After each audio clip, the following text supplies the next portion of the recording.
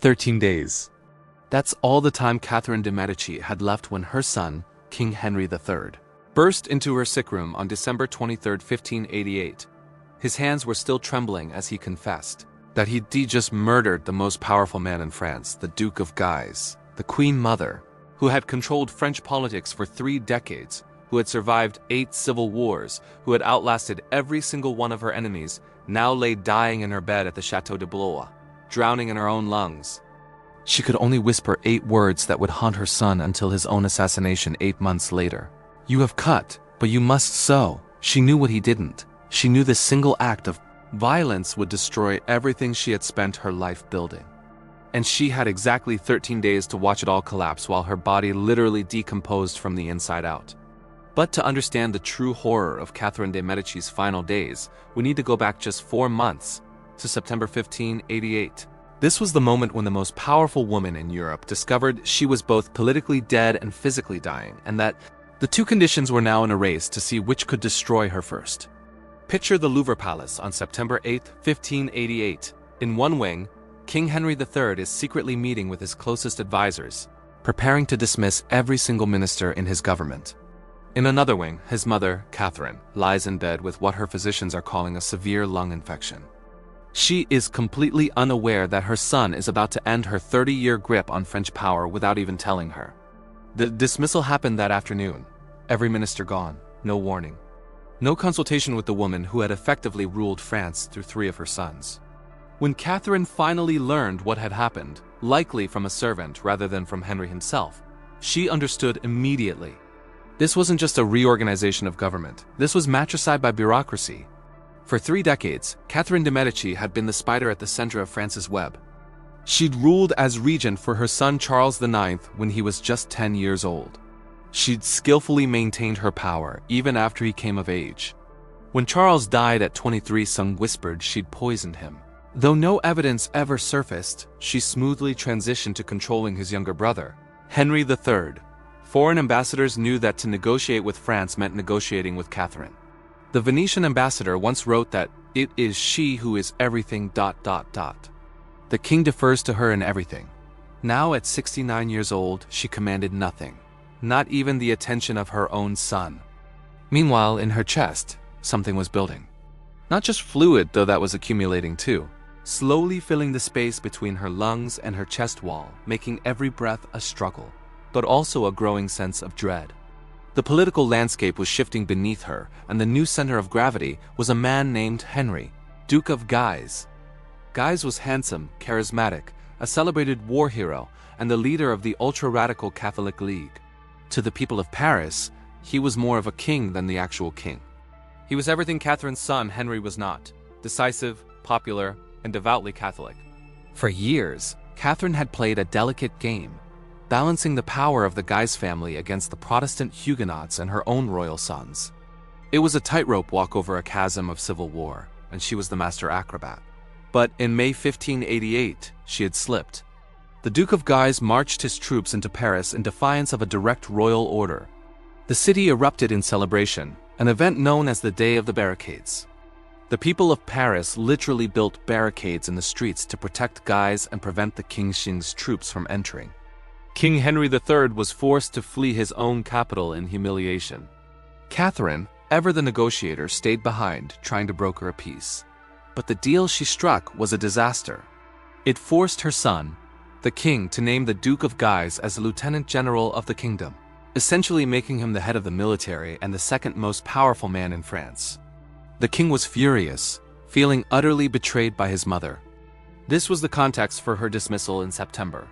Henry felt his mother had sided with his rival, and he was cutting her off completely. So as Catherine lay in bed that autumn, physically weakening and politically isolated, she could only watch as her son and her rivals circled each other like wolves. The air in France was thick with conspiracy. The king, now operating without his mother's counsel for the first time in his life, was becoming increasingly paranoid. He saw Guise's ambition not just as a threat to his throne, but to his very life. He believed, probably correctly, that the Duke planned to depose him and seize the crown for himself. By December, the royal court had moved to the Château de Blois for a meeting of the Estates General, a massive assembly of France's clergy, nobility, and commoners. But it was a trap. The assembly was packed with supporters of the Duke of Guise. They demanded radical reforms that would strip the king of almost all his power and make Guise the de facto ruler. King Henry was cornered. He couldn't fight Guise politically. He didn't have the support. He couldn't fight him militarily. Guise controlled the army. So he decided to do what his mother had always advised against, except in the most extreme circumstances. He chose assassination. The plan was brutal and direct. On the morning of December 23rd, the king summoned the Duke of Guise to a council meeting in his private chambers. As Guise entered the room, he was ambushed by the king's personal bodyguards, the 45. They stabbed him again and again. The Duke, Henry, who had been hiding behind a curtain, emerged to look at the body of his dead rival. "My God, he's even bigger in death than he was in life," he reportedly said. A few hours later, the Duke's brother, the Cardinal of Guise, was also arrested and murdered. And that's when Henry ran to his mother's chambers. He burst in, triumphant, declaring, "Now I am the king." He expected praise. He expected his mother to be proud that he had finally acted decisively. Instead, he found a dying woman who understood the catastrophic reality of what he had just done. Catherine's words, "You have cut, but you must sew," were not just a mother's scolding. They were a prophecy from the most experienced political mind in Europe. For 30 years, she had held France together through compromise, negotiation, and strategic alliances. She understood that power wasn't just about eliminating enemies. It was about managing them. By killing Guise, Henry hadn't solved a problem. He had created a power vacuum and martyred a popular leader. The news of the assassination spread like wildfire. Catholic France erupted in fury. The city of Paris, which had loved Guise, now declared open rebellion against the king. The theologians at the Sorbonne officially declared that the people of France were no longer bound by their oath of allegiance to Henry III.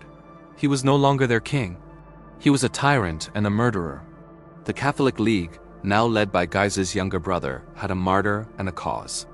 The civil war that Catherine had managed to keep at a simmer for decades was about to boil over into an all-consuming fire. And Catherine could do nothing but watch from her deathbed.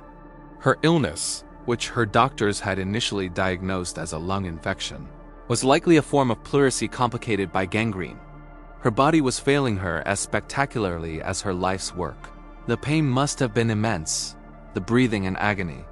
But the physical suffering was probably nothing compared to the mental torment of watching her son's kingdom, the kingdom she had preserved for him, implode. Every report brought to her bedside was worse than the last. Entire cities were renouncing their allegiance to the crown. The carefully constructed web of power she had woven over a lifetime was being torn to shreds. She had built a dynasty, placed her children on the thrones of France and Spain, and navigated the treacherous waters of the Reformation. Now it was all for nothing. Her son was a king without a kingdom, hated by half his subjects, and soon to be hunted by them. On January 5, 1589, 13 days after the murder of the Duke of Guise, Catherine de Medici died. She was 69 years old. Her final confession was heard by a priest who, in a twist of cruel irony, was named Julian de Saint-Germain. A prophecy had once warned Catherine that she would die near Saint-Germain, which is why she had always avoided the church of Saint-Germain-l'Auxerrois and the palace of Saint-Germain-en-Laye. In the end, the prophecy came true in the most unexpected way. Her son, Henry, would outlive her by only 8 months. Forced into an unlikely alliance with his Protestant cousin, Henry of Navarre, he laid siege to the rebellious city of Paris. There, in August 1589, a fanatical Catholic monk named Jacques Clement, believing he was doing God's work by killing a tyrant, gained access to the king's camp and stabbed him in the abdomen. King Henry III died the next day, and with him the House of Valois, which had ruled France for over 260 years, came to an end. Catherine's final 13 days were a horrifyingly perfect metaphor for her life, a constant, desperate struggle against forces she could no longer control, ending in failure. She had been the ultimate political survivor, but she couldn't survive her own son's folly. It wasn't a sword or poison that was killing Catherine de Medici, it was pressure. Political pressure, physical pressure, the kind that makes every breath feel like drowning in reverse. Her physicians called it pleurisy, an inflammation of the delicate lining around the lungs. Today, we'd recognize it as one of the most agonizing respiratory conditions imaginable. Every single inhale triggered a sharp, stabbing pain. Every cough felt like being run through with a sword, and it was only getting worse. But here's what made September 1588 so particularly cruel for the aging Queen Mother. Catherine couldn't rest. She couldn't just retreat to her bed and focus on fighting the disease that was slowly, inexorably, filling her lungs with fluid. Why? Because France was falling apart at the seams. And even if her own son, the king, wouldn't listen to her anymore, she couldn't stop trying to save it. It was the only thing she knew how to do. To truly grasp Catherine's desperation, you need to understand the dire state of France. By late 1588, the Catholic League, a faction of ultra-Catholics led by the charismatic Henry, Duke of Guise, had become more powerful than the crown itself. This wasn't an exaggeration. It was a cold, hard, mathematical fact. The League controlled Paris, most of northern France, and held the unquestioning loyalty of the country's Catholic majority. King Henry III, Catherine's son, by contrast, controlled, well, almost nothing. He was a king in name only, a shadow ruler in his own kingdom. The Duke of Guise was everything Henry III was not. Where the king was often seen as effeminate and indecisive, famous for his elaborate court ceremonies and his beloved male favorites known as the Mignons, Guise was the epitome of masculine, commanding leadership. Where King Henry was despised, the Duke of Guise was adored. The people of Paris had a nickname for him, the King of Paris. Some just dropped the of Paris and called him the King. This crushing humiliation had reached its absolute peak in May of 1588, during an event history now calls the Day of the Barricades. The Duke of Guise had marched into Paris, openly defying the king's direct orders to stay away. When King Henry tried to bring in his Swiss Guard troops to arrest the defiant Duke, the entire city rose up in rebellion. The barricades, made of carts, furniture, and paving stones, appeared on every street, blocking the royal soldiers. The king's troops were surrounded, disarmed, and some were even killed by the angry mob. King Henry III had to flee his own capital like a thief in the night. Disguised and terrified, he escaped just as the Duke of Guise restored order to the city with a simple, almost regal wave of his hand. Just think about that for a moment. The King of France, the most Christian king, who according to French political theology, was God's anointed representative on earth, had to run for his life from his own capital while one of his subjects played king in his place. It was a complete and utter breakdown of royal authority. Catherine had spent that entire summer desperately trying to negotiate between her son and the Duke. Even as the fluid began to accumulate in her lungs, even as those stabbing pains grew worse with every breath she took, she traveled back and forth. She met with Guise, she pleaded with her son, tirelessly trying to find some compromise, any compromise that would prevent the complete collapse of the monarchy she had fought her entire life to preserve. But by September, her body was failing her, and her son was shutting her out, resentful of her influence. All she could do was watch from the sidelines as Henry made one humiliating concession after another. In July, he signed the Edict of Union, essentially surrendering to all of the Catholic League's demands. He swore an oath to never allow a Protestant to succeed him on the throne. He gave the Guise family massive pensions and powerful government positions. He even made the Duke of Guise the Lieutenant General of France, effectively the kingdom's supreme military commander. But none of it was enough. The League always wanted more. They smelled weakness, and they were closing in for the kill. By October, Catherine's breathing had become audibly labored. Eyewitnesses from the time describe a wet, rattling sound that accompanied her every breath. The fluid accumulating in her pleural cavity was relentlessly compressing her lungs, reducing their capacity bit by bit, day by day. Imagine trying to breathe with someone sitting on your chest, and that weight gets a little heavier every single day. That was her reality. Yet, somehow, she hauled her ailing body to the city of Blois for the opening of the Estates General on October 16th. This grand assembly, a gathering of representatives from the three estates of the realm, the clergy, the nobility, and the commoners, was supposed to be Henry III's chance to regain control, to reassert his authority over the nation. Instead, it became the stage for his ultimate public humiliation. The Catholic League completely dominated all three estates. The representatives were their puppets. When King Henry entered the Great Hall for the opening ceremony, the assembled delegates barely acknowledged his presence. There was a cold, disdainful silence. But when the Duke of Guise entered a few moments later, the entire hall erupted. Cheers and applause thundered through the chamber. The representatives rose to their feet to honor the King of Paris, while the true King of France stood by, a powerless spectator at his own unraveling. The message was clear and brutal. The Duke of Guise held the real power in France, and everyone knew it. For Catherine, watching from the gallery, each cheer for Guise must have felt like another stab in her chest, as painful as the pleurisy that was suffocating her. Her son's kingdom was slipping away, and with it, her life's work. She was trapped, fighting a war on two fronts, one for the soul of France, and another for her very next breath. And on both fronts, she was losing. The entire assembly just exploded in cheers. Imagine this. The King Henry III is sitting on his throne, forced to watch as his own subjects hail another man, the Duke of Guise, as their true leader. Meanwhile, in another part of the castle, Catherine de Medici, the Queen Mother, is listening from her sickbed. She can hear the roaring crowd through her window, and each cheer for Guise feels like another nail being hammered into the coffin of the Valois dynasty.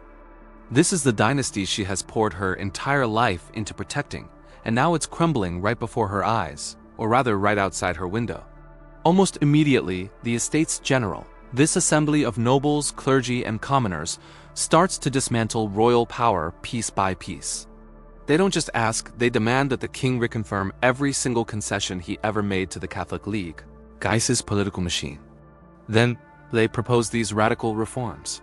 If they passed, Henry would basically become a figurehead, a constitutional monarch with no real power. They wanted to strip him of his ability to raise taxes, to declare war, even to appoint his own government ministers without their approval. The Third Estate, the representatives of the common people, went even further.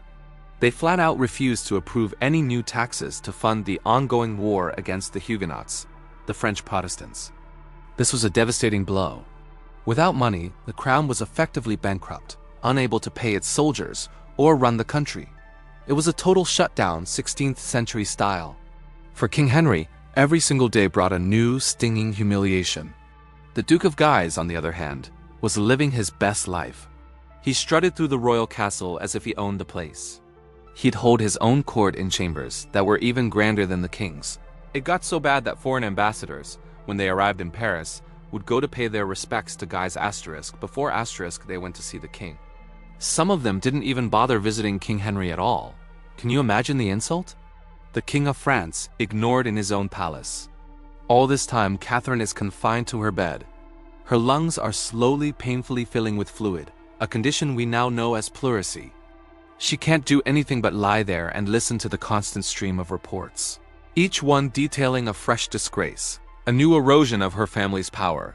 Her ladies-in-waiting would later recount these heartbreaking scenes. They said she would struggle to sit up, gasping for breath, just so she could dictate letters. Even on her deathbed, she was trying to negotiate, trying to write to this person and that faction, desperately searching for some way out of this mess, some path forward that didn't end in total disaster for her family and for France. But she must have known it was hopeless. This was Catherine de Medici, a political survivor of the highest order. She'd navigated 8 civil wars. She had orchestrated the infamous St. Bartholomew's Day massacre. For 30 years, she had masterfully played the Catholics against the Huguenots, keeping the kingdom from tearing itself completely apart. If anyone could read the political weather, it was her. And right now, all the signs were pointing to a hurricane. The storm was coming. The only question left was what form it would take when it finally broke. By the middle of December 1588, Catherine's health had taken a sharp nosedive. The pleurisy had progressed so far that she couldn't even lie down flat anymore. The feeling was like drowning. She had to spend her days and nights propped up on a mountain of pillows, each breath a conscious, painful effort. A fever racked her body, coming and going in waves. Sometimes it would spike so high that she'd become delirious, muttering about old secrets, old crimes, and old regrets from her long and complicated life. But she was lucid on December 22nd. That was the day her son, King Henry III, came to visit her. He looked awful. His eyes were hollow and sunken, his hands twitched nervously, and he spoke way too fast, his words tumbling over each other in a frantic rush. He was a man on the edge, pushed to his absolute limit by the humiliations he had endured. He confided in his mother, the one person he could still trust. He told her he couldn't take it anymore. He was going to act. He was going to kill the Duke of Guise. Catherine, fighting for every breath, tried to reason with him. She begged him to reconsider. "My son," she'd have rasped, "think this through. Make sure you have a plan. If you kill him, you must be prepared for what comes next." She knew that assassination was a messy tool. It creates martyrs and unleashes chaos. But Henry's mind was made up. He told her, "I've already decided. God will help me." He kissed her forehead and left the room. Catherine was left alone, propped up on her pillows, knowing her son was about to set the kingdom on fire. The very next morning, on December 23rd, the plan was put into motion. The Duke of Guise was summoned to a council meeting with the king at the Château de Blois. "Please forgive me, but the Duke of Guise is dead. I have had him killed. I am now the King of France." He expected praise, or at least relief. Instead, he saw a look of pure terror on his mother's face. She knew exactly what this meant. "You have killed the Duke of Guise?" she gasped. "God grant, my son, that you have not made yourself king of nothing. You have cut, now you must sew." She understood that this act of violence hadn't solved anything. It had just created a whole new set of infinitely more dangerous problems. Her prediction came true almost instantly. When news of Guise's assassination reached Paris, the city erupted in fury. The Duke was a hero to the Catholic population, and his death turned him into a martyr. The citizens of Paris, inflamed by preachers from the Catholic League, renounced their allegiance to King Henry III. They declared him a tyrant and a murderer. The entire city, and soon large parts of France, rose in open rebellion against the crown. Henry had hoped to consolidate his power. Instead, he had lost his own capital city. He was now a king without a kingdom, forced to flee Paris. In a desperate, ironic twist of fate, Henry III, the Catholic king, had no choice but to ally himself with his Protestant cousin and heir, Henry of Navarre, the very leader of the Huguenots he had been fighting for years. Together, the two Henrys raised an army to march on Paris and retake the city by force. But Catherine would not live to see the outcome of her son's gamble. The shock and stress of the assassination, combined with her worsening illness, was too much. Her condition rapidly deteriorated. It was a quiet end for a woman whose life had been anything but. For over 3 decades, she had been the most powerful woman in Europe, the puppet master of French politics, the ultimate survivor. The Valois dynasty, which she had fought so hard to preserve, would die with him just a few months later, when Henry III was himself assassinated by a radical monk. It was a tragic, bloody end to a family, an era, and to the extraordinary life of Catherine de' Medici. For days, King Henry III had been acting strangely. His servants reported he'd been praying for hours, whipping himself, begging God for guidance. What he said to his mother that day wasn't recorded, but servants outside her door heard raised voices. Or rather, one raised voice. Catherine de' Medici could barely speak above a whisper by then, her voice stolen by the fluid drowning her lungs. Henry, though, was almost shouting. He raged about honor, about dignity, about the unbearable humiliations he'd endured. After the king left, Catherine's ladies-in-waiting said the Queen Mother tried to get out of bed. She actually managed to stand, clutching the bedpost, before collapsing back onto the mattress, coughing so violently that flecks of blood spotted her pillows. She kept repeating something, but her voice was too weak for anyone to make out the words. She knew. Somehow, she knew what her son was planning. Perhaps it was a mother's intuition. Or maybe after 30 years of reading Henry's moods, she recognized the signs of a man about to do something catastrophically stupid. This was the climax of a long, bitter rivalry. Henry III, the King of France, was a man drowning in his own court. He was intelligent, yes, but also seen as vain, frivolous, and increasingly isolated. His authority had been steadily eroded by a man who seemed to embody everything he was not. Henry, the Duke of Guise. The Duke was handsome, charismatic, a celebrated war hero, and the leader of the powerful Catholic League. To the people of Paris, he was their champion, a true defender of the faith against the Protestant threat. They called him the King of Paris, a title that stung the actual king like 1,000 needles. The tension had boiled over months earlier on the infamous Day of the Barricades. Guise had entered Paris against the king's explicit orders, and the city had erupted in his support. Citizens threw up barricades, trapping the king's Swiss guards and effectively seizing control of the capital. King Henry III was forced to flee his own city, a humiliation he would never forget. He was a king in name only, a puppet whose strings were pulled by the Duke of Guise. Now, with the Estates General assembled at the Château de Blois, Guise was at the height of his power, openly dictating policy to the monarch. For Henry, something had to break. At 6 a.m. on December 23, 1588, the Duke of Guise received a message. The king wanted to see him in his private chambers. Guise had received dozens of such summonses before, but this morning, several people warned him not to go. One of his servants found a note under his breakfast plate. "Be careful. The king means to kill you." Guise laughed it off. "He wouldn't dare," he reportedly said, tossing the note into the fireplace. His arrogance was his undoing. At 8 a.m., the Duke entered the king's antechamber. The room was unusually crowded with members of the 45, the king's elite bodyguards, though they were dressed as servants and courtiers. Guise noticed. He noticed everything, but he proceeded anyway. He had faced down armies on the battlefield. What were a few bodyguards in a fancy room? He was handed a handkerchief to stifle a nosebleed, a small delay in the unfolding drama. Then, the king's secretary appeared, telling Guise that His Majesty awaited him in his old cabinet. As Guise pushed aside the tapestry covering the doorway, the king's voice called out from his private cabinet. "Maintenant!" Now! The servants drew their daggers. The Duke of Guise was a large, powerful man, a veteran of countless battles. Even surprised, even outnumbered, he fought. He grabbed one attacker by the beard, threw another against the wall, but there were too many. The daggers found their marks in his back, his chest, his throat. Still, he fought, crashing through the room, his blood painting the walls and the rich tapestries, until finally, he collapsed at the foot of the king's bed. Henry III emerged from his hiding place. Yes, hiding. The King of France had hidden while his guards did the killing. He stared down at Guise's body, this man who had humiliated him so thoroughly, and kicked it. "My God, he's big," he said. "He looks even bigger dead than alive." Then, still covered in blood spray, Henry went to tell his mother. Catherine was taking medicine when her son burst in. Some accounts say she heard the commotion, the crashing, the screaming from her room just below the king's chambers. Others say she knew nothing until Henry appeared in her doorway, wild-eyed and babbling about what he'd done. Her reaction, even through the haze of illness, was immediate and precise. "You have cut, my son," she told him, "but now you must sew." Think about those words. She didn't ask why. She didn't express surprise or criticize the act itself.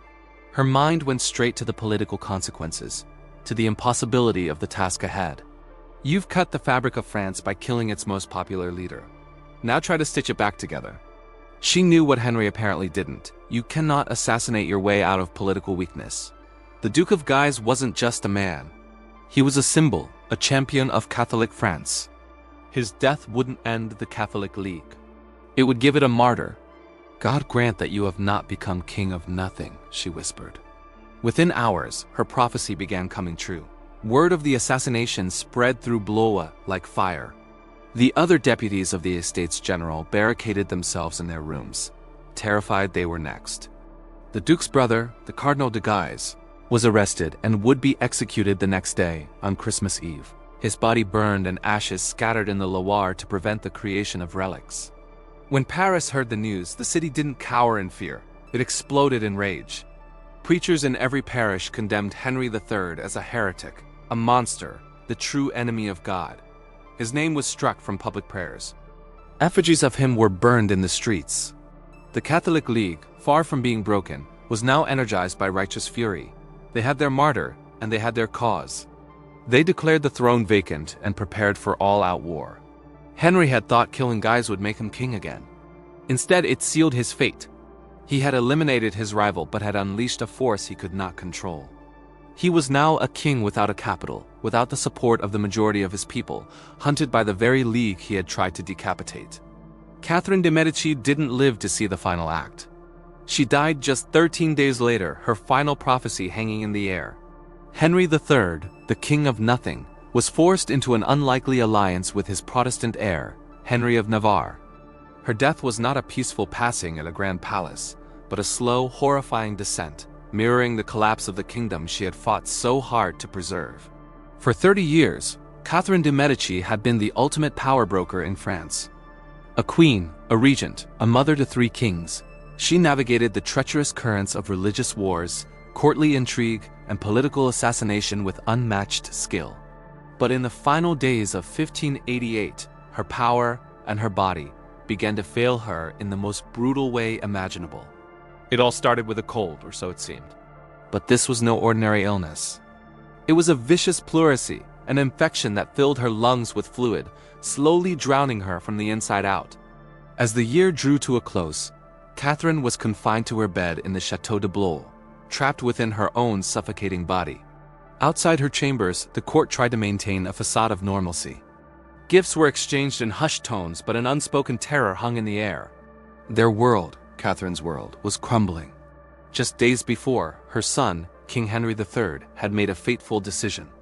Against his mother's explicit advice, he had assassinated his chief rival, the Duke of Guise. Catherine, the master strategist, knew this was a catastrophic error. "You have cut, my son," she reportedly told him. "Now you must sew." But there was no time left for sewing. The assassination ignited a firestorm of rebellion across France, and Catherine, the one person who might have been able to contain it, was now powerless. By January 3, 1589, her condition had deteriorated horrifically. The fluid in her lungs had risen so high that she could no longer speak coherently. Every attempt at a word became a sickening gurgle. A lack of oxygen had turned her lips and fingernails a deathly blue. One witness grimly noted that she already looked like a corpse, save for the horrible rattling sound in her chest, the only proof that she was still desperately fighting for each breath. The next day, January 4th, brought the convulsions. They began at dawn and racked her frail body almost without interruption. The violence of the seizures was so disturbing that her ladies-in-waiting, women who had served her for years, couldn't bear to watch. They fled the room, leaving only her confessor to pray beside her. It's doubtful Catherine could even hear his prayers over the sound of her own drowning. Then, on January 5th, her final day on earth, a strange and terrible lucidity returned. Around 6 in the morning, her eyes suddenly opened. They were clear, focused, and utterly aware. She looked directly at her physician and, with a monumental effort, managed to whisper 2 words. "How long?" The doctor, seeing the end was near, replied gently, "Soon, Majesty." "Very soon." She simply nodded and gestured for her confessor. What she confessed in those final lucid moments remains a secret, protected forever by the seal of the confessional. But those who were present said she appeared calmer afterward. Whether it was the peace of absolution or the resignation to her fate, no one could say. By noon, the convulsions returned, but they were weaker now. Her body no longer had the strength for such violence. The sound from her chest had also changed. The wet, gurgling sound of drowning had been replaced by something drier, more mechanical. It was the infamous death rattle, the sound of the body's machinery shutting down piece by piece. Around 1 in the afternoon, her son, King Henry III, finally appeared. He had been avoiding his mother's deathbed, unable to face the woman whose advice he had ignored, leading to this very disaster. He knelt beside her, taking her cold, blue hand. "Mother," he wept, "forgive me?" Did she hear him? Her eyes flickered in his direction, but it was impossible to know if it was a sign of recognition or just a random neural firing. Her lips moved, but the only sound that escaped was that terrible, mechanical rattling. For an hour, the king stayed by her side, weeping, begging for a sign, for forgiveness, for guidance. But Catherine was already gone, trapped in that horrifying space between life and death, her body on autopilot while her consciousness faded. At 2 o'clock, the rattling sound changed again. It became irregular, with long, terrifying pauses between breaths. With each silence, everyone in the room held their own breath, wondering if this would be the last. But just as she had clung to power for decades, Catherine de' Medici clung to life with that same ferocious tenacity. Again and again, the breathing would resume, weaker each time, but still persistent. Finally, at approximately 2:30 in the afternoon on January 5, 1589, the rattling stopped. There was no dramatic final gasp, no whispered last words. One moment, there was the mechanical sound of dying. The next, there was only silence. The physician checked for a pulse, found none, and simply nodded to the king. Catherine de' Medici, Queen Mother of France, was dead at the age of 69. Her last 13 days had been a living nightmare, forced to watch the kingdom she had built collapse around her, while her own body rotted from within. King Henry ordered the court into official mourning, but it was a hollow gesture. The chaos he had unleashed would soon consume him as well. He would be assassinated just 7 months later, bringing the Valois dynasty and Catherine's legacy to a bloody and definitive end. The story of Catherine's death is a chilling reminder that even for the most powerful, the end can be stripped of all dignity, a raw and brutal biological process. It's a dark final chapter for a woman who shaped the destiny of a nation. The assassination of the Duke of Guise was a match thrown into a powder keg, and the explosion from Paris was deafening. When the news hit the capital, the city erupted. Preachers took to the pulpits, branding Henry III a tyrant, a murderer, no longer their king. The Sorbonne, the intellectual heart of Catholic France, officially released all Catholics from their oaths of loyalty to the crown. The Parliament of Paris went a step further, declaring the throne of France vacant. In a matter of days, the vast majority of Catholic France had effectively seceded, rejecting royal authority and siding with the Catholic League. From her deathbed, Catherine de' Medici listened as each disastrous report trickled in. With each new piece of catastrophic news, she could only close her eyes and whisper prayers. Not for her own salvation, she likely believed she was past that, but for her son. Her last surviving son, who had just signed his own death warrant. This political earthquake triggered a seismic shock in Catherine's own body. The stress, the shock, the abject despair of watching her life's work crumble into dust. It was all too much for her already failing health. The pleurisy she'd been battling entered its final, most agonizing phase. Fluid was accumulating in her chest cavity at a critical rate. Her physicians, bless their hearts, threw everything they had at it, which by 16th century standards wasn't much. They performed bloodletting to balance her humors. They forced her to purge to expel the putrid matter. They applied poultices to her chest, hoping to draw out the inflammation. None of it worked.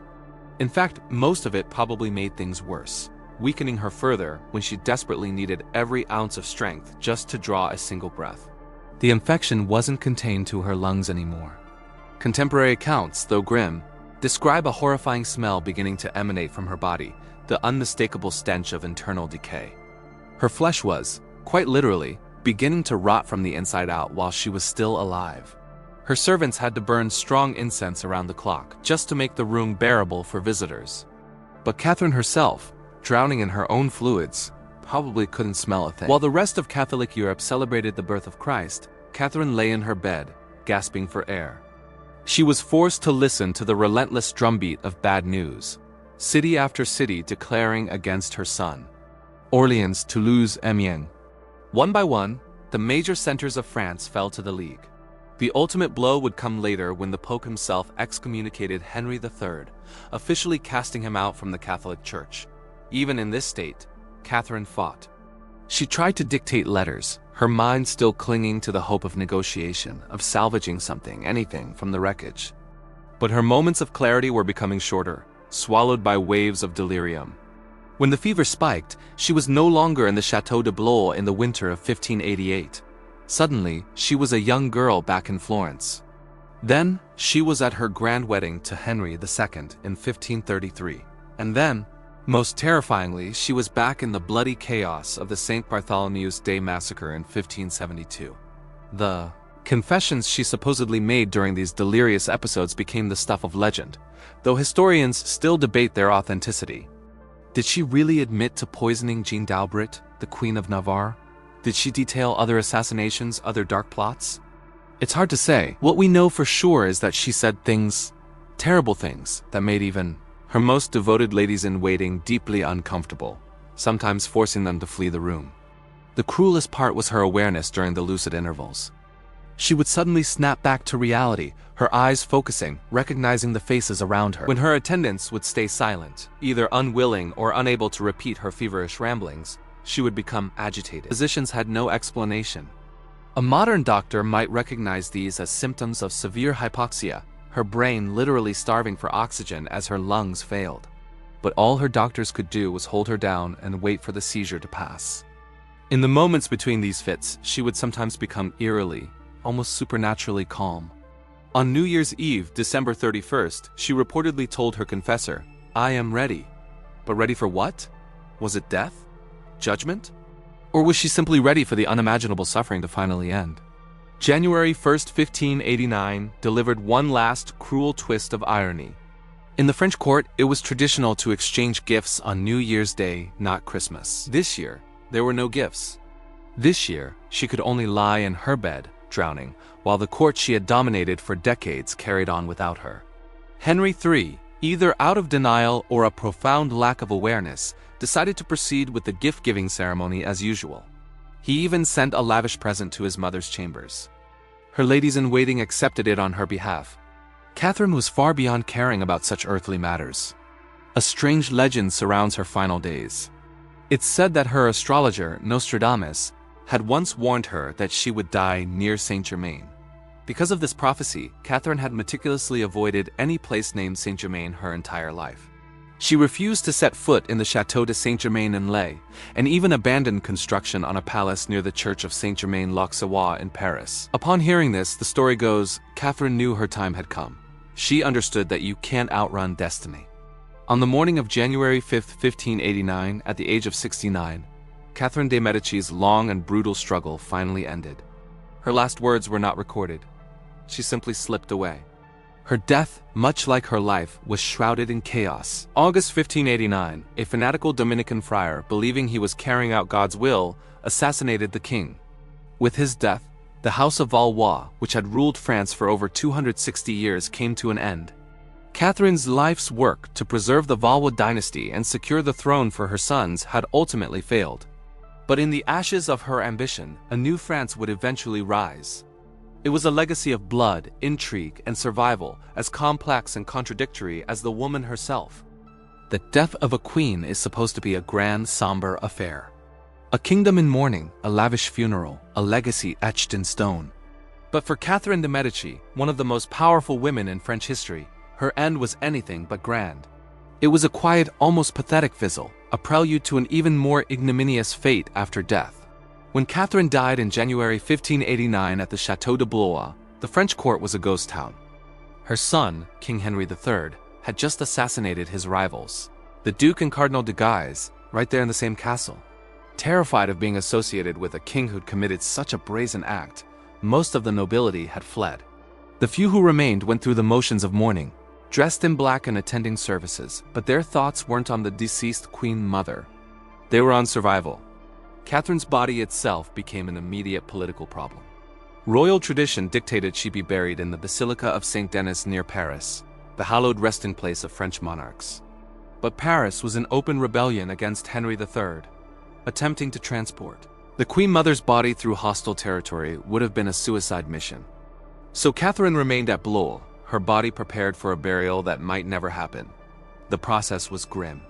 As was standard for royalty, her heart and entrails were removed to be buried separately. Her body was then embalmed with spices and aromatic herbs. But the illness that had claimed her life, a severe lung infection, had left her body in a state of advanced decay. The embalmers reportedly found the task particularly difficult and unpleasant. They discovered her lungs were almost completely destroyed, filled with fluid and pus, and her other organs showed signs of a systemic infection. The body that had once danced in the most elegant courts of Europe, that had borne 10 children, that had survived poisonings and assassination plots, was now just rotting meat. She lay in state at Blois for a month, a silent, decaying testament to a political stalemate. No solution came. Finally, on February 4, 1589, she was unceremoniously buried in the local church of Saint Sauveur. There was no grand ceremony, no gathering of European royalty, just a small, quiet service attended by the handful of courtiers who hadn't abandoned the king. Her own son, Henry III, didn't even attend. He was too preoccupied trying to salvage his imploding kingdom, a futile effort, just as his mother had predicted. Catherine's final chilling political prediction came true with brutal speed. Henry III never managed to sew back together the kingdom he had torn apart. The powerful Catholic League continued its revolt, even declaring an elderly cardinal as the new king. This forced Henry into a desperate alliance with his Protestant cousin, Henry of Navarre, very outcome the Catholic League was created to prevent. Then, on August 1, 1589, less than 8 months after Catherine's death, a Dominican friar named Jacques Clement gained an audience with the king. He found Henry III sitting on his close stool, yes, his toilet. Clement approached, claiming to have important documents. As the king reached for them, the friar pulled out a hidden knife and stabbed him in the stomach. At first, the wound seemed minor, and Henry even joked about it. But infection set in, just as it had with his mother. Within a day, he was dying. His last words were reportedly, "Mother was right." With his death, the Valois dynasty, which had ruled France for centuries, came to an end. Everything Catherine had spent her life fighting to prevent came to pass. The throne passed to the Protestant Henry of Navarre, who became King Henry IV. He famously converted to Catholicism to secure his crown, declaring, "Paris is worth a mass." The Bourbon line had triumphed. The Valois were gone. It all happened within a year of Catherine's lonely death. You might think her story ends there, in that small church in Blois. But history had one final cruel humiliation in store for Catherine de' Medici. In 1610, 21 years after her death, her son-in-law, now the powerful King Henry IV, decided to give her a proper queen's burial. Her remains were moved to the Basilica of St. Denis to finally lie beside her husband, King Henry II. She was placed within a magnificent tomb, a masterpiece of Renaissance art, decorated with bronze statues of the virtues. For over a century and a half she rested in the splendors she had been denied in death. But then came the French Revolution. In October 1793, a revolutionary mob, fueled by a decree to destroy all symbols of royalty, stormed St. Denis. They systematically desecrated the royal tombs, tearing them open one by one. When they reached Catherine's tomb, they ripped it apart. Eyewitnesses described a horrifying scene. Her body, remarkably preserved for over 2 centuries, released a foul-smelling, thick black vapor when exposed to the air. Undeterred, the revolutionaries dragged her remains from the coffin. In the chaos, someone stole her leg as a grotesque souvenir.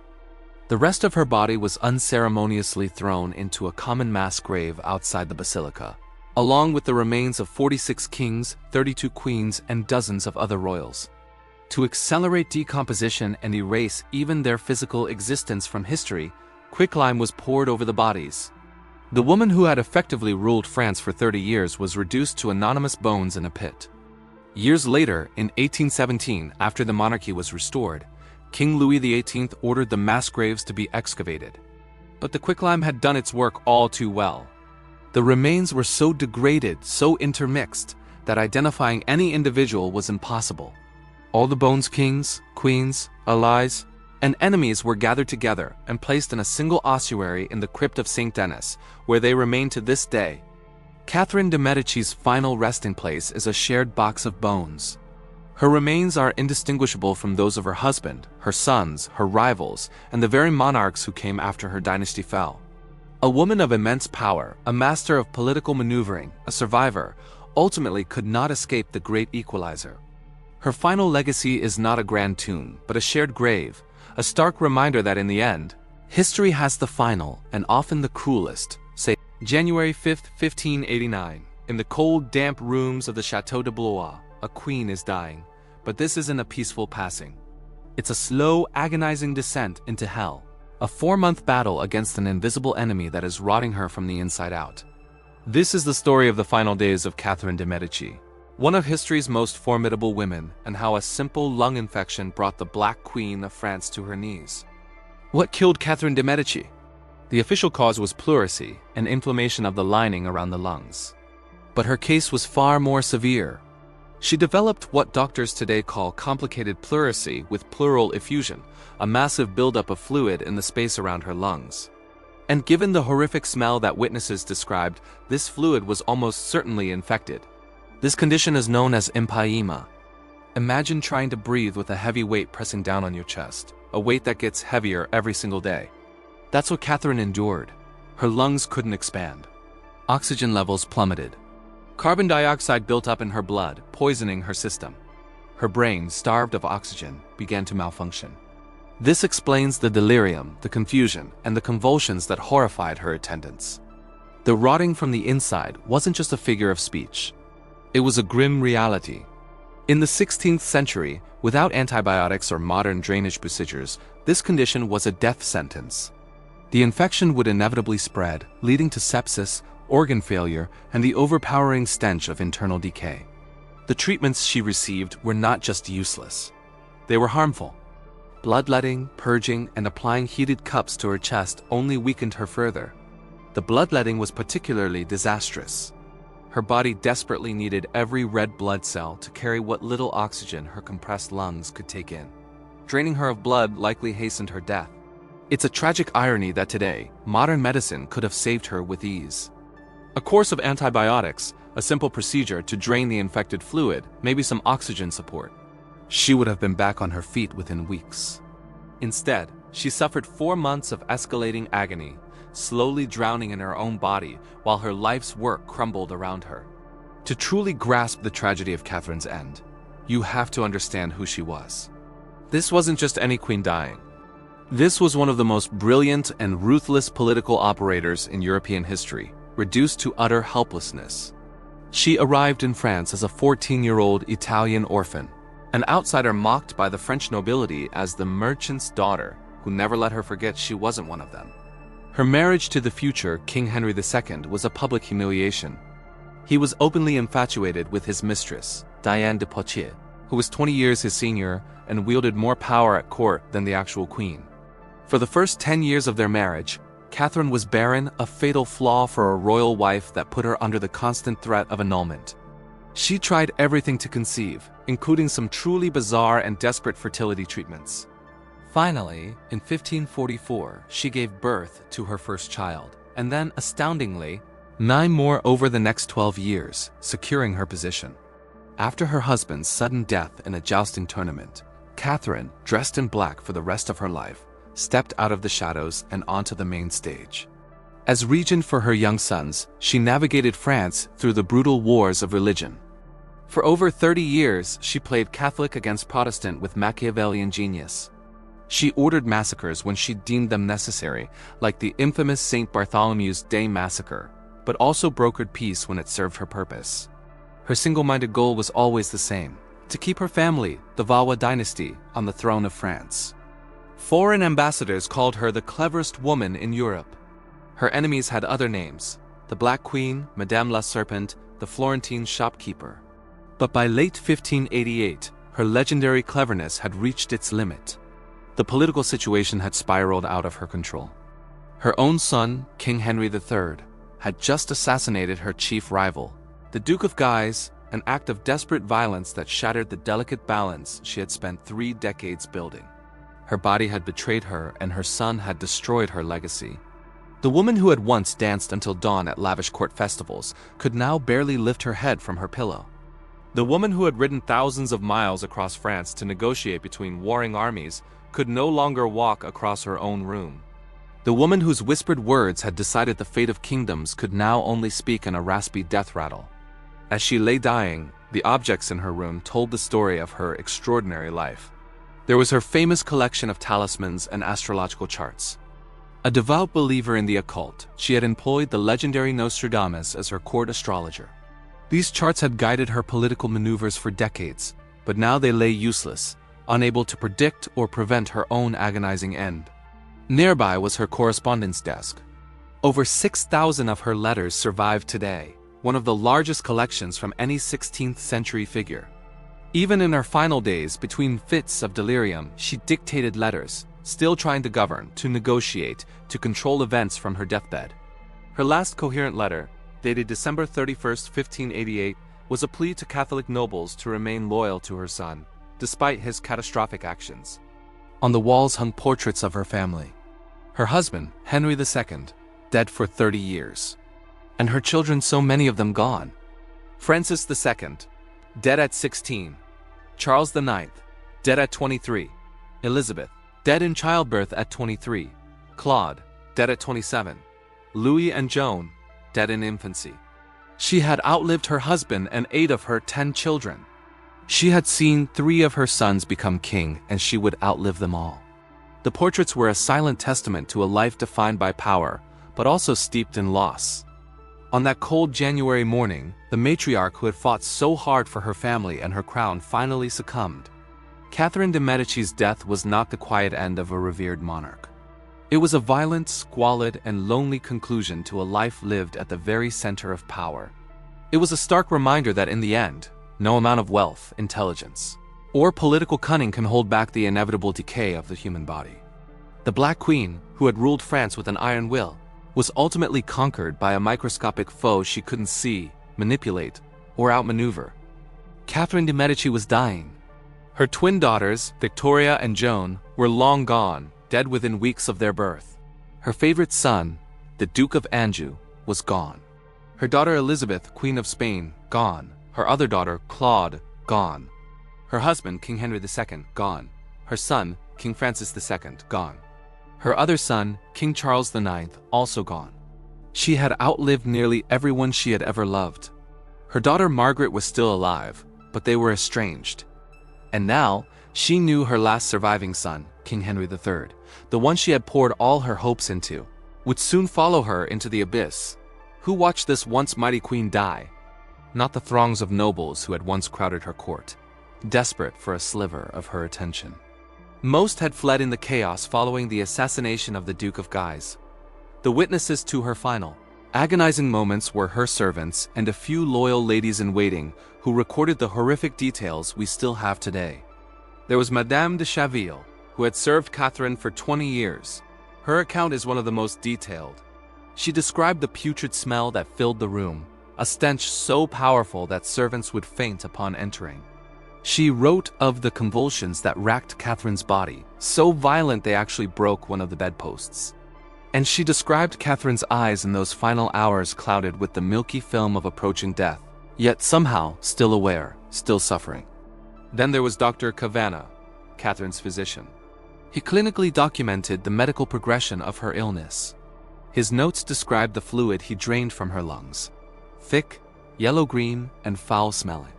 He estimated that, by the end, her chest cavity contained nearly 2 liters of infected fluid. He noted the blue-gray color of her skin from oxygen deprivation, the severe swelling in her legs from heart failure, and how her fingernails had curved downwards from chronic hypoxia. It was a slow, suffocating end. And there was Father Panagirola, her confessor. He later wrote about her spiritual torments. He claims she confessed to numerous crimes, though he never specified what they were, the seal of the confessional holding firm even after death. But he did say she seemed particularly haunted by the St. Bartholomew. Este massacre of 1572, that dark day when thousands of Huguenots were slaughtered in the streets of Paris during her daughter Za's wedding festivities. Whether Catherine ordered it, merely permitted it, or simply failed to prevent it remains one of history's great unanswered questions. But on her deathbed, it seems, the ghosts of that day had come to call. While Catherine lay dying, the France she had spent a lifetime holding together was tearing itself apart. Her son's rash act had unleashed the whirlwind. The assassination of the Guise brothers had triggered the most savage phase of the French wars of religion. Within days, the Catholic League declared Henry III deposed. They proclaimed the elderly Cardinal de Bourbon as the new king, Charles X, even though he was Henry's prisoner at the time. In Paris, the Radical Catholic Council, known as the 16, instituted a reign of terror. Anyone even suspected of royalist sympathies was arrested, their property confiscated. The Parliament of Paris, the highest court in the land, officially declared that Henry III had forfeited his throne by committing murder. The Duke of Mayenne, brother of the assassinated Duke of Guise, took command of the League's armies. Across the country, city after city declared their allegiance to the League, renouncing their king. By the time Catherine finally died, Henry III controlled maybe a third of his own kingdom. The international fallout was just as severe. Philip II of Spain, Catherine's former son-in-law and lifelong rival, immediately backed the Catholic League with money and troops, seeing a golden opportunity to place a Spanish puppet on the French throne. Pope Sixtus V prepared a bull of excommunication against Henry III, which would be published a few months later, officially casting the King of France out of the Catholic Church. Civil war, foreign intervention, religious schism, this was the exact nightmare scenario Catherine had dedicated her entire life to preventing. For decades, she had expertly balanced Catholic against Protestant, Spain against England, Guise against Bourbon, always keeping the French monarchy precariously balanced above the fray. Now, in her final days, she could only lie there, drowning in her own body, and listen to the reports of how her life's work was collapsing into ruin. Her son, Henry III, visited her deathbed several times during those last 13 days. Witnesses describe a man completely shattered by guilt. He would kneel beside her bed, weeping, begging for her forgiveness, for her advice, for any sign that she didn't despise him for destroying everything she had built. But what could Catherine possibly say? Even if she could have spoken clearly through the fluid that was suffocating her, what words could have absolved him? He had committed the one unforgivable political sin. He had acted from emotion, not from cold calculation. The Guise assassination wasn't a strategic masterstroke, it was a personal tantrum. It was the desperate lashing out of a humiliated man who couldn't bear one more insult to his pride. Catherine had taught him better. She had shown him, through decades of her own ruthless example, how to use violence. Strategically, sparingly, and always with plausible deniability. The St. Bartholomew's Day massacre, for all its horror, had been politically calculated to eliminate the Huguenot leadership at a moment of extreme vulnerability. But this? Killing the Duke of Guise in his own chambers with his own guards immediately after a meeting? It was crude, it was obvious, and worst of all, it was ineffective. It solved nothing and ignited a fire that would consume the kingdom.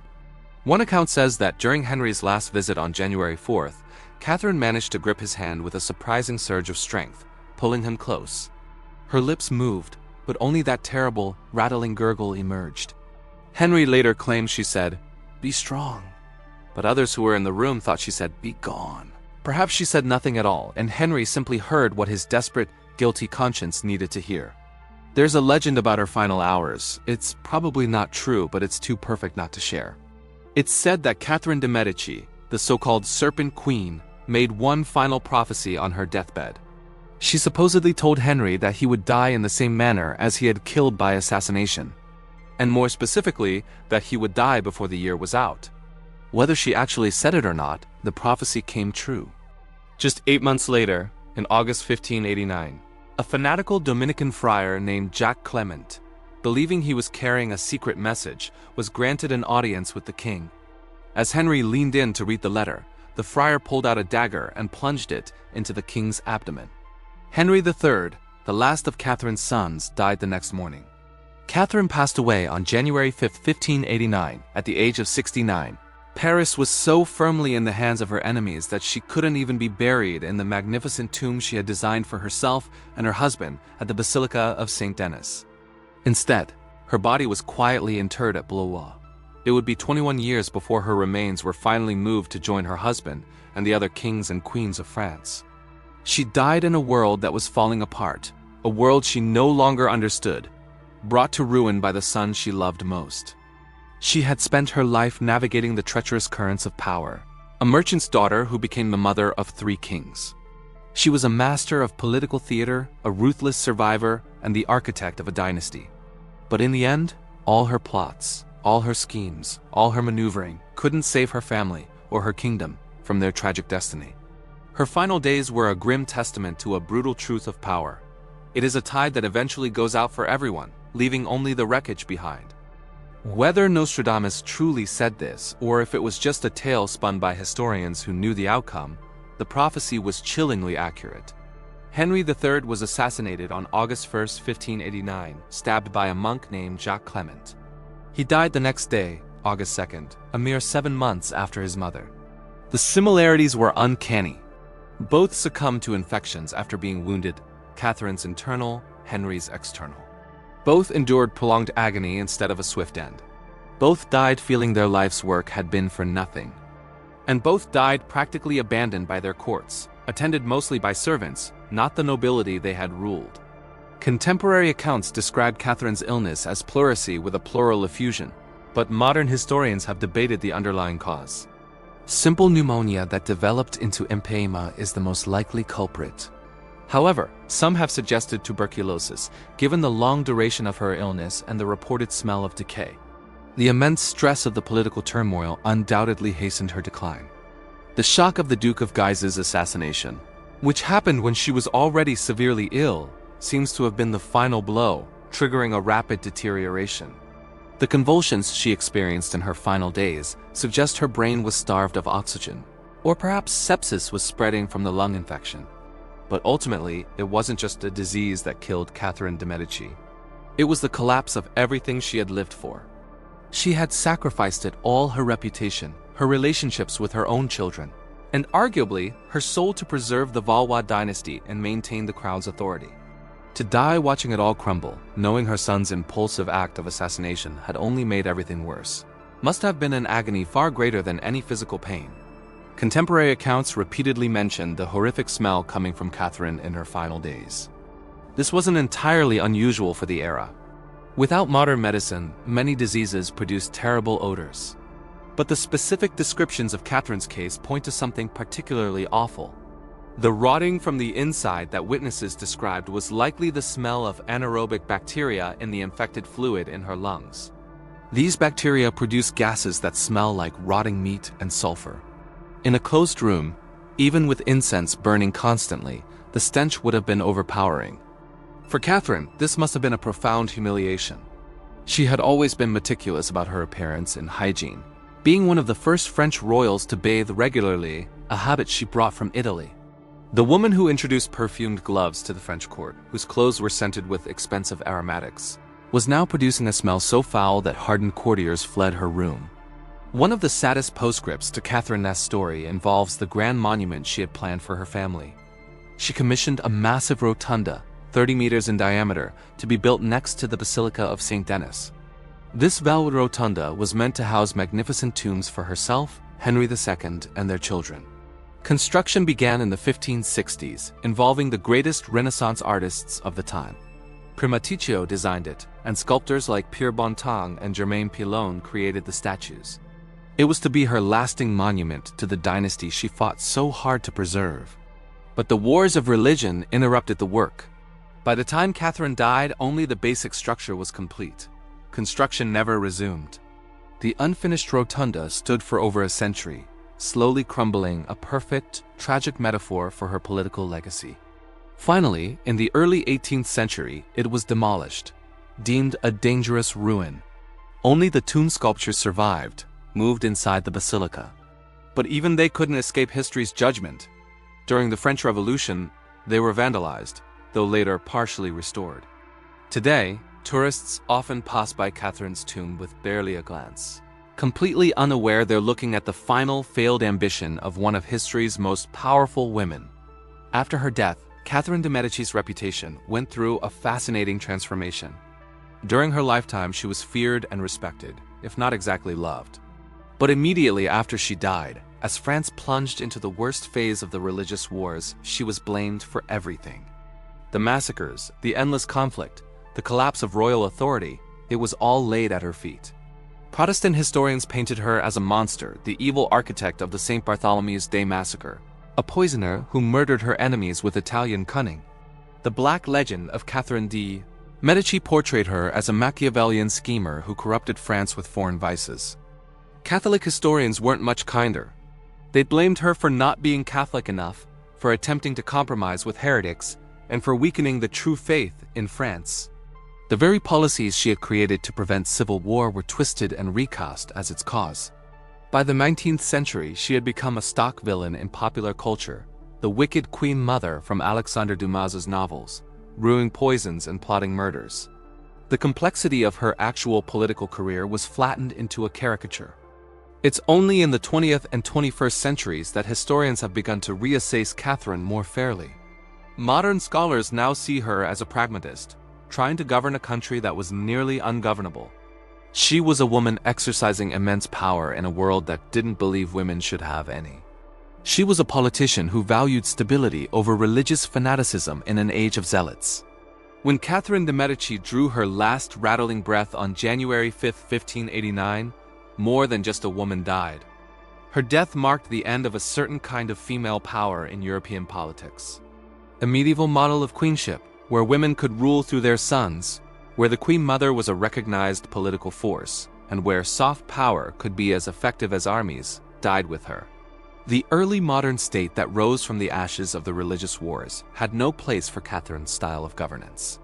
The absolute monarchy that Henry IV and especially Louis XIV would build was masculine, centralized, and bureaucratic.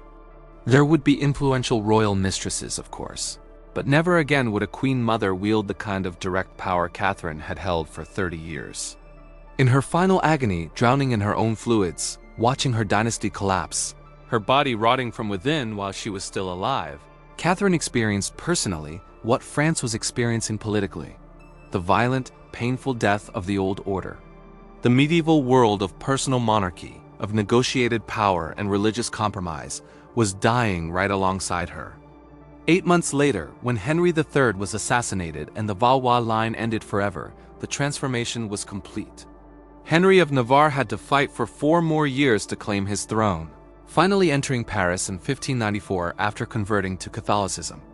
The France that emerged from the wars of religion bore little resemblance to the one Catherine had tried so desperately to preserve.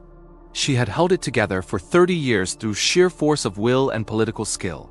Without her, it flew apart almost immediately. Perhaps that's the most tragic part of her story. Not the physical pain, not the political failure, but the proof that for 3 decades, she had been the only thing standing between France and total chaos. And in the end, even she wasn't enough. The death rattle that echoed through the chambers of Blois on that January morning wasn't just the sound of one woman's lungs failing. It was the sound of an entire political world gasping its last breath. Catherine de' Medici died as she had lived, fighting to the very last moment, refusing to surrender even when defeat was certain. But this time, for the first and final time in her long life, she lost. Thank you for watching. If you found this story as fascinating as I did, please consider subscribing for more deep dives into history. See you next time.